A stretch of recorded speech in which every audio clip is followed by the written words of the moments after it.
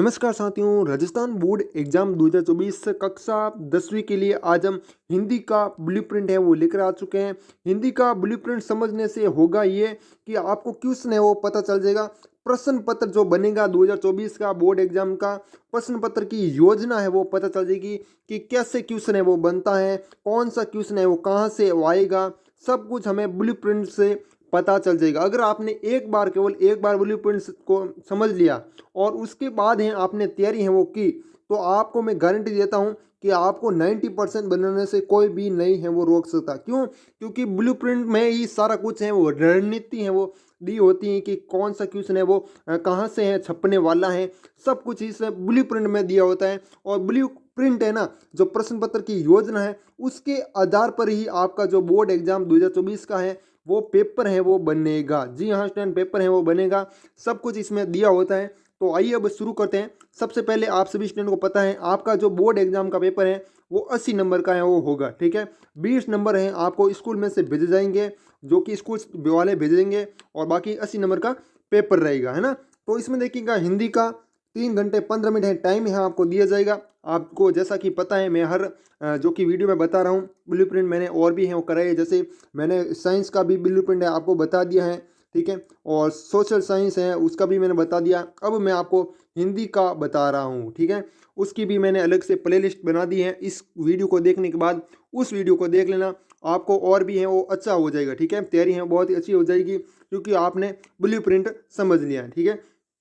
तो सीधा देखते हैं। पहला है उद्देश्य हेतु अंकबार। प्रश्नों का प्रकार है उद्देश्य हेतु अंकबार किस प्रकार से बांटा गए हैं। तो सबसे पहले ज्ञान, अवबोध, ज्ञानोपयोग, अभिव्यक्ति, क्वेश्चन मौलिकता, ये क्या होता है इसको समझ लेना एक बार जरूरी है क्योंकि ये तो इंपॉर्टेंट है आपके लिए। तो देखा मैंने जैसा हर वीडियो में बताता हूँ कि ज्ञान का मतलब होता है जैसे कोई भी आपको परिभाषा वगैरह है वो पूछ ले, जो आपका पाठ में शुरू में ही होता है या फिर बीच में होती है या फिर लास्ट में भी हो सकती है। जो छोटे छोटे क्वेश्चन है जो आपको पढ़ने हैं वो बहुत ही जरूरी होते हैं, ठीक है, वो होते हैं आपका ज्ञान में आते हैं, ठीक है। अब देखिएगा अवबोध में कौन है वो आते हैं। तो अवबोध में वे प्रश्न आते हैं जो तुलना करने वाले प्रश्न हैं, या फिर आप कह सकते हो अंतर वाले क्वेश्चन है। जिस प्रकार हम इस प्रकार लिखते हैं ना, एक साइड अम्ल लिख दिया, एक साइड सार लिख दिया, है ना, वो वाले क्वेश्चन होते हैं वो होते हैं अवबोध में आते हैं। और मैं आपको बता सकता हूँ जैसे आपके मिलान वाले क्वेश्चन है, जैसे मिलान करना, मिलान करते हैं ना हम इस प्रकार से, कोई भी यहाँ से इधर ए लिखा होता है बी सी, इधर क ख ग, ठीक है, इस प्रकार से कुछ मिलान वाले होते हैं, वो भी क्वेश्चन है इसमें ही आते हैं, किसमें, अवबोध में, है ना। अब देखिएगा ज्ञान उपयोग या फिर अभिव्यक्ति, इसे क्या कहते हैं।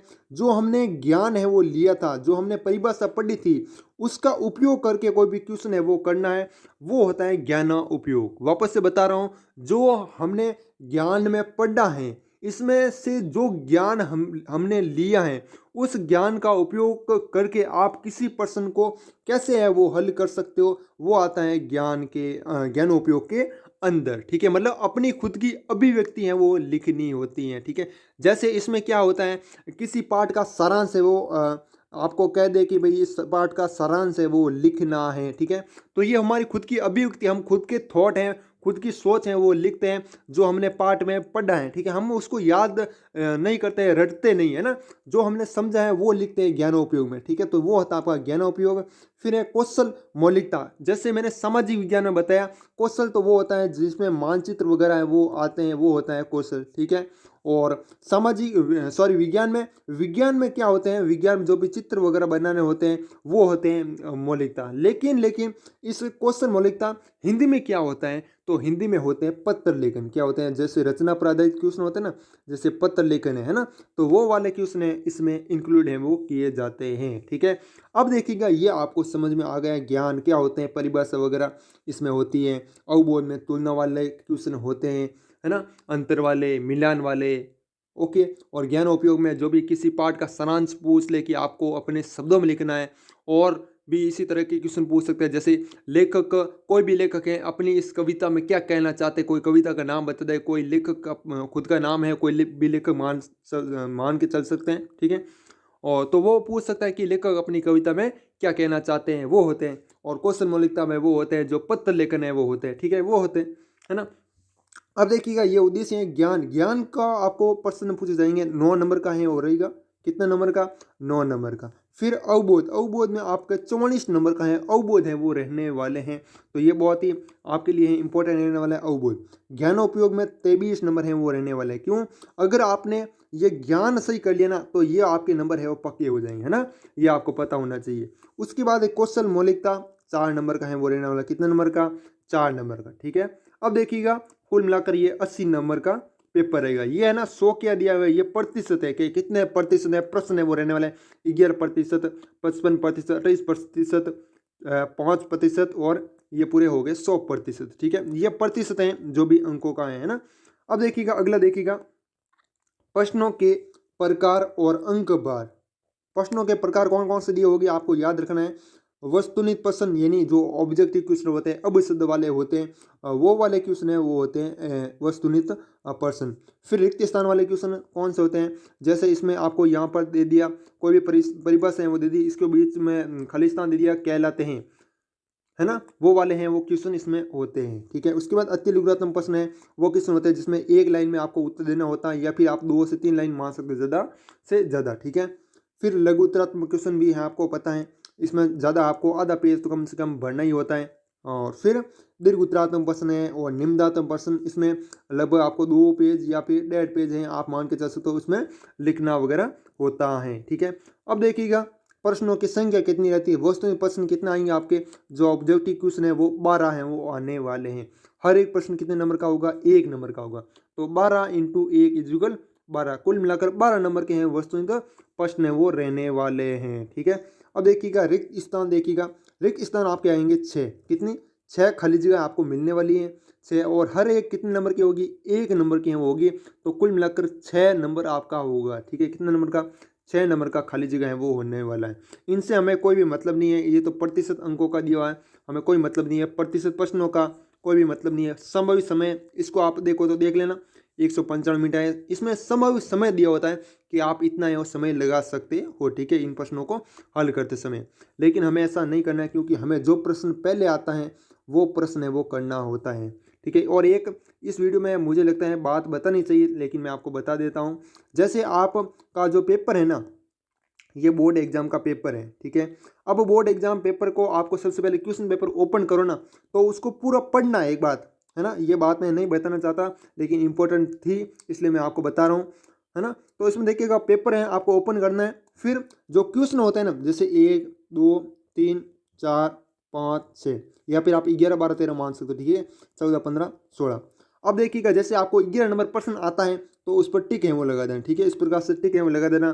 12 नंबर प्रश्न आता है आपको पूरा आता है प्रॉपर, टिक लगा देना। 13 नंबर में कन्फ्यूजन है तो इस प्रकार से आपको गोला है वो लगा देना, ठीक है। क्वेश्चन पेपर पढ़ते समय, आप बोर्ड पेपर है वो जब सॉल्व करते हैं ना, जब आपका बोर्ड एग्जाम हो तब, है ना। और जैसे 14 नंबर में भी कन्फ्यूजन है तो आप इस प्रकार से गोला लगा सकते हो। फिर 15 नंबर में क्वेश्चन आपको आता ही नहीं बिल्कुल तो आप इस प्रकार क्रॉस है वो लगा देना, क्या लगा देना, क्रॉस है वो लगा देना, साइड में लगा देना, ठीक है, इसको ऊपर मत लगाना, साइड में लगा देना, ठीक है। इससे होगा क्या, आप जब भी क्वेश्चन पेपर सॉल्व करोगे, उत्तर पुस्तिका ओपन करोगे तो लिखोगे, तो आप सीधा बार बार आपको प्रश्न नहीं पढ़ना पड़ेगा। आप देखोगे कि कौन कौन सा प्रश्न आता है, ये राइट टिक लगा हुआ है तो ये प्रश्न मैं सॉल्व करता हूँ, ठीक है। हाँ, फिर ये टिक लगा हुआ है ये प्रश्न मैं सॉल्व करता हूँ, ठीक है, ये टिक लगा हुआ है ये प्रश्न मैं सॉल्व करता हूँ। फिर ये राइट वाले प्रश्न आप सॉल्व कर लोगे ना, उसके बाद आप कन्फ्यूजन वाले क्वेश्चन करोगे तो आपका टाइम या वेस्ट नहीं होगा, क्योंकि आपको जो प्रॉपर आते हैं वो तो आपके प्रश्न छूटे नहीं ना, उसमें तो आपका कोई भी टाइम है वगैरह वेस्ट ही नहीं हुआ, वो तो आपके बिल्कुल नहीं छूटे। फिर कन्फ्यूजन वाले प्रश्न है वो कर लोगे, है ना, और टाइम है नहीं बचे मान लीजिएगा तो वो रॉन्ग वाले प्रश्न तो वैसे भी नहीं आते, क्या करोगे उनका, अगर टाइम बच जाए तो वो रॉन्ग वाले में कुछ ना कुछ आप लिख दोगे, क्योंकि माइनस मार्किंग तो वगैरह नहीं है ना। ये इंपॉर्टेंट टिप्स है, काफ़ी टॉप स्टूडेंट इसको फॉलो करते हैं लेकिन मैंने आपको इसको बता दिया, ठीक है। अब देखिएगा अगला, देखिएगा अगला इसमें कौन सा है, हमने कहाँ तक पहुँच गए, हाँ, अति लघुत्तम प्रश्न, प्रश्नों की संख्या कितने रहेंगे, 20 प्रश्न है, अति लघु उत्तरात्मक प्रश्न आएंगे, हर एक प्रश्न 1 1 नंबर का, तो कुल मिलाकर 20 प्रश्न है वो रहने वाले हैं, ठीक है। हाँ, अब देखिएगा लघु उत्तरात्मक प्रश्न, इसमें कौन सा होगा, 7 प्रश्न हो गए, हर एक प्रश्न 2 2 नंबर का, कुल मिलाकर 7 दूनी 14, मतलब 14 नंबर का है वो, ये लघु उत्तरात्मक प्रश्न है वो रहने वाले हैं। फिर दीर्घ उत्तरात्मक प्रश्न, प्रश्नों की संख्या 2 रहेगी, हर एक प्रश्न 3 3 नंबर का, 3 दूनी 6, ये 6 नंबर हो गए। निम्नात्मक प्रश्न कितने रहेंगे, 4 रहेंगे और हर एक प्रश्न 4 नंबर का, 4 चौक 16। तो सबसे ज़्यादा सेक्शन है, सबसे ज़्यादा है अंक कौन सा रहेंगे, आपके अति लघुत्तम प्रश्न है वो सबसे ज़्यादा रहेंगे। उसके बाद है निम्नात्मक प्रश्न है वो रहेंगे, ठीक है। और प्रश्नों की संख्या एक बड़ा भी दिया हुआ है 6 नंबर का अंक का, और एक 6 नंबर का जो कि आपको शायद निम्न वगैरह आएगा ना, आगे देख लेंगे, है ना। ये 6 नंबर का है वो रहेगा, और एक ही प्रश्न आएगा, ठीक है। हाँ, अब देखिएगा अगला है कुल प्रश्न कितने रहेंगे, 52 प्रश्न है वो आपके रहने वाले। कैसे रहेंगे मैं आपको आगे बता दूंगा पूरी रणनीति।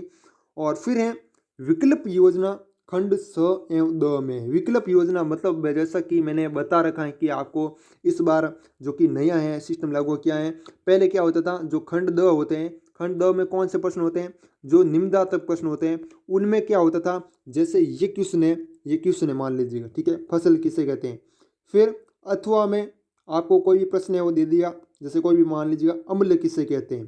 तो इन दोनों में से एक प्रश्न है वो करना होता है। क्या करना होता है, सिर्फ एक प्रश्न करना होता है। अब ये क्या कहेगा, ये सिस्टम है खंड 6 में भी लागू है, वो कर दिया गया। किस खंड में, खंड 6 में भी। पहले सिर्फ खंड 2 में होता था, अब खंड 6 में भी होता था, हो गया है ना। इससे फायदा ये हुआ कि अब आपको है ना, एक तो 3 प्रश्न दिए होते थे, अब 6 प्रश्न दिए होंगे। 6 प्रश्न में से 3 प्रश्न करने हैं, दोनों में से एक करना है, इन दोनों में से एक करना है, इन दोनों में से एक करना है। तो 6 प्रश्न हो गए ना, 6 में से 3 तो आप आराम से कर लोगे। पहले सिर्फ 3 प्रश्न दिए होते हैं, 3 प्रश्न में तीन प्रश्नों में तीनों प्रश्न है वो आपको करने पड़ते थे। और मान के चलिएगा आपको जहाँ तक हो सके 1 या 2 प्रश्न है वो आते थे, 1-2 प्रश्न तो आपके 100% छूट जाते थे। लेकिन अब ऐसा वो नहीं होगा। अब आपके पास ये 2 प्रश्न, ये 2 प्रश्न, ये 2 प्रश्न, इन दो में से एक, इन दो में से एक, इन दो में से एक है वो करना होगा, ठीक है। तो काफ़ी है वो इस बार छूट है वो होगी, आपको आराम से इस बार पास हो जाओगे, ये मैं आपको विश्वास दिलाता हूँ, अगर आप सही रणनीति बनाकर चलो तो। अगला देखिएगा तीसरा है विषय वस्तु व अंक बार। विषय वस्तु व अंक बार क्या होता है, इसमें देखिएगा विषय वस्तु है क्षितिज, क्षितिज में से अंक बार कितने आएंगे आपकी 34 नंबर, जो आपकी पुस्तक है ना वो। कृतिका है 10, अपठित जैसे अपठित गद्यांश वगैरह, अपठित पद्यांश है जो आपने नहीं पढ़ रखा है, वो आपका 12 नंबर का आएगा, ठीक है। व्यावहारिक व्याकरण, व्याकरण कितने नंबर की आएगी, 10 नंबर की है वो आपकी आएगी। पत्र, पत्र है आपके 4 नंबर का। विज्ञापन 4 नंबर का, और निबंध है 6 नंबर का आएगा, ठीक है। जैसा कि मैंने ऊपर बताया था कि निबंध है आपका 6 नंबर का आएगा, तो वो मेरी बात सच हुई, ठीक है। अब देखिएगा अगला, देखिएगा नेक्स्ट आपका ब्लूप्रिंट। ये होता है आपका मेन, इसको समझ लेना जरूरी है आपके लिए। तो यहाँ पर आगे दिया प्रश्न पत्र ब्लूप्रिंट, विषय हिंदी, हिंदी का बता रहा हूँ। और ये मैंने बता रखा है ज्ञान, अवबोध, ज्ञान उपयोग, ये सब मैंने बता दिया, कौशल वगैरह सब कुछ बता दिया है। और इसमें वस्तुनिष्ठ प्रश्न है, लैंगिक स्थान है, अति लघुत्तरात्मक, लघुत्तरात्मक, दीर्घोत्तरात्मक, निम्नात्मक प्रश्न, ठीक है। इसी प्रकार आगे आगे दिए हुए हैं, ठीक है। अब ये तो उद्देश्य मैंने बता रखे हैं, ये प्रश्नों के प्रकार हैं वो हैं, ठीक है।